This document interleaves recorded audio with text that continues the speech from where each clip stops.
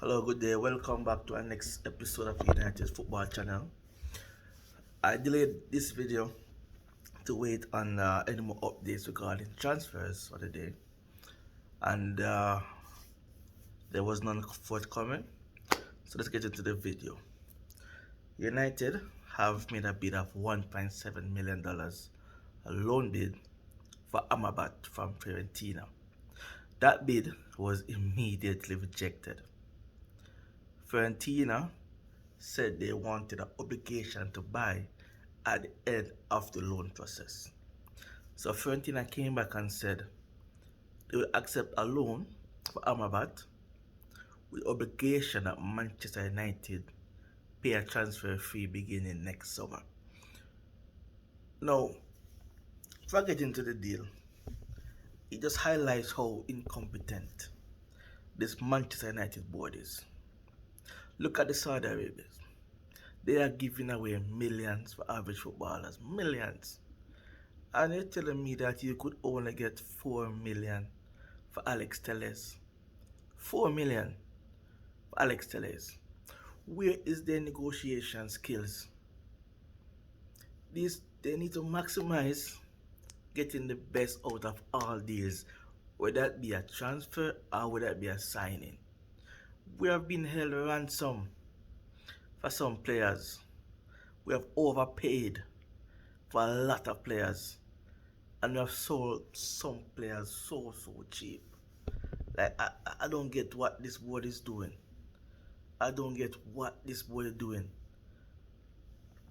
Now, the good thing about this deal is that Fiorentina, they have accepted that this player want to go to Manchester United, and they are willing to negotiate.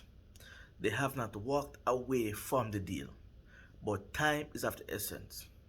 So United, we need to get a proposed bid, a new proposal bid in as quickly as possible, and structure it a way in which Fiorentina will be okay to accept such a bid. The club, they cannot make the signing like a transfer fee right now with the financial fair play rules in play. I understand all of that. I also understand that this club, Manchester United, they need to sell some players. We get all of that. What I'm saying is they knew this from January of this year. They had all this time to get things into place, to look at players that they want to move on. They rejected a 30 million bid for Scott McTominay. Yeah. Why rejected that bid for Scott McTominay? I need that funds to get players that you want. Why reject that bid? I don't understand what this board is doing. And now, with a couple days left in the window, Amrabat was one of Ten Hag's main priorities. He got Haaland, he got Mason Mount, he got Onana, and he wanted Amrabat. He also wanted a centre back. Now, 1.7 million loan bid. Fiorentina, that is just too low for them to accept. I would make a proposal of a 5 million loan bid with the obligation to buy for 30 million. And this is where negotiation comes into play. Manchester United, they don't have to pay the first installment until a year after the transfer has been completed. So you need to give and take. So if you buy this player at 35 million and you're gonna load for 5, then buy for 30, then structure it a way in which you, the club, can maximize. You, the club, can have more funds to spend next season, next transfer window on players. You don't be tied down by this deal. As you can see, lack of sales. We haven't been selling players over the years now. It's not something that just came up this summer. This summer is a result of the failures of the board. That is why we're in this situation for this summer. They had 4 or 5 years where they could have fixed these issues, but they chose not to. Or they did not pay attention to these small details, and these small details they add up to the current crisis that this club is in. The issue is not the money. The issue is spending of that money and not breaking the financial fair play rules. That is a predicament of the club right now. Right now. Moving on. Manchester United, they're two left backs. The first option, second option, they're both injured. Luke Shaw is out until November. Malacia is unknown. So you're down your first and second left back. Luke Shaw, going into this season, was also an option for a left-sided centre back, a position that he has played admirable over like 5 or 6 games. Right above my head, he has played left centre back, and he did really well. Now, you have sold Alex Telles, and you have loaned Brandon Williams. I'm okay with those transactions. You have this kid, Alvaro Fernandez. He is 20 years old. He's a left back. He went to Preston last season, where he won Young Player of the Season for Preston. Now, I'm not saying that this kid is ready for Premier League football. I'm not saying he will make it at Manchester United, playing left back for this club. What I'm saying is an opportunity for you to play Alvaro Fernandez in a left back position, play him, add some millions onto his value, and you can see, give him a 4 months, give him minutes, consecutive games in the team, and you can assess if he's good enough or he's not good enough. If he's good enough, you don't need to buy a left back.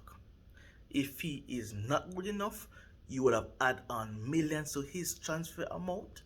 Hence, you can sell him for a higher fee than he will command now that he is not playing. He is not playing. There are interests from Granada and Getafe for Alvaro Fernandez for a 1-year loan, and he's waiting. The club is waiting to solve this left back crisis, which came about because of the injury to Luke Shaw. What am I saying? You know Malacia was injured. You know that you sold Telles, you loaned out Brandon Williams. So where was the start process? Why didn't we get a left back before? Why do you wait until Luke Shaw is injured? Is it that we assume that Luke Shaw would play every single game from now until Malacia comes back, which is unknown, by the way? This board is so incompetent. I would really want to sit down with these persons and ask them what is their vision, what is their thought process for the future of Manchester United. I really want to know, what are these guys doing?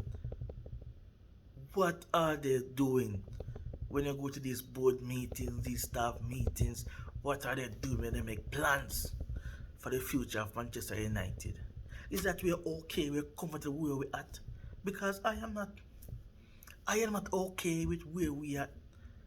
This board, all of them can go.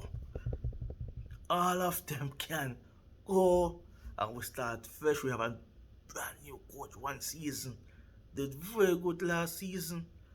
And this season, we need to back this coach because all the signings has come in and performed very, very well. Why wouldn't you trust this coach's instincts? Why would you trust him that the players that he wants, he can get the best out of these players? Because he showed you what he can do. Why not back him fully and give him the tools that he requires to perform his job? Give him all the tools necessary But no, we have a board that is so incompetent that they cannot get anything done. Cannot get anything done. I went a little bit sidetracked. Now, Fernandez play this kid, add some millions to his transfer amount. If he's not good enough, hey, we have added 10 million to his transfer value. If he's good enough, well, we have our left back situation solved for the foreseeable future. And that is what the board missed. I don't know. I don't know if it's so simple that they cannot see it, or just me think it's very simple. And it's way bigger than I think. I do not know. But it's a simple option. He performed very well in the games that he had in preseason until the senior players came back. His time was limited. But the games I watched him in the United States, he performed very well. He did an okay job, and I was excited to see this player developed. And again, you could have decided that this player was not part of the first team from the beginning of the transfer window, and you could have got a loan for this player from the beginning of the transfer window. I don't know what this board. They're just some jokers on this board. We need to make better decisions going forward. We need to get persons in management that can make the tough calls, that can make the right calls. Why can't we get something right in this transfer market? Why can't we get the transfers right? Why can't we do it? Other clubs have been doing it. Why can't we do it? What are we doing so wrong? I hope that Glazers sell. I hope that they do sell this year. It's been journeyed for way too long. We need new investments. We need new person with new ideas coming on board and getting players through the door. This current board is not it. Owners, not it. Glazers need to sell and get a new buyer in. There are two bids. I'll go into the next video. Anyone you choose, doesn't matter at this point. Glazers, just leave the club alone. Please, please, I'm begging you. Leave the club alone. Third point, last point for this video, don't want it to be too long, is a striker. So, Manchester United now, they're going for a midfielder and they're going for a left back and loan. They have this guy Marco Corella from Chelsea that they're trying to negotiate. They're trying to see what kind of bid they should put in for this player. But we need a striker. We need somebody to put away the chances that we're creating. We need somebody to score these goals. Right? Again, an issue from January. We had Weghorst on loan after Ronaldo's contract was terminated. Weghorst came in on loan in January. By Easter, we know he didn't cut it. By Easter, we know we weren't going to sign him permanently. So we're down Ronaldo, we're down Weghorst, Mason Greenwood, he was contracted by the club as well. So that's 3 players that can play number 9. Plus Anthony Martial, an injury-prone player. So we enter this season with Rasmus Haaland, an unproven 20-year-old who has a high potential, as our number 9, Anthony Martial as an injury-prone player, as our second option for number 9, and Marcus Rashford, our starting left winger, who does not want to play striker. His body language shows that this guy does not want to play as a number 9 for Manchester United. So we have Haaland and Martial as our 2 recognized number 9. Marcus Rashford, he can do a job there, but I won't count him as a 9. 2 strikers. enter into a season in which we want to be successful, we are looking at playing over 60 games with two number nines. And there's no mention of any striker coming in. And we need to have a striker coming in. We need to have one more. I always thought that it would be two strikers coming in, an experienced striker and Rasmus Haaland. Ten Hag identified him as his main target, and no, we would have gotten him, but I also expect that we would have gotten someone else who was in their peak or arriving to their peak. And a young striker in Rasmus Haaland. That's what I thought would have done for the strikers in this transfer window. And Rafael Varane, he's injured, maybe a couple of weeks. So we have Lindelof. But Lindelof, he played well. When Martin got injured in January, he played well for the remainder of the season, and I'm okay with him being there. The issue is behind those centre backs is Harry Maguire, and I don't want this player anywhere near the first team for Manchester United. This player needs to go and play with the under 12s or under 9s. He should not be anywhere near the first team for Manchester United. So this club, shambolic. That's the one way to describe this transfer window. Shambolic. Please like, share, and subscribe. Talk to you guys tomorrow. Have a good one.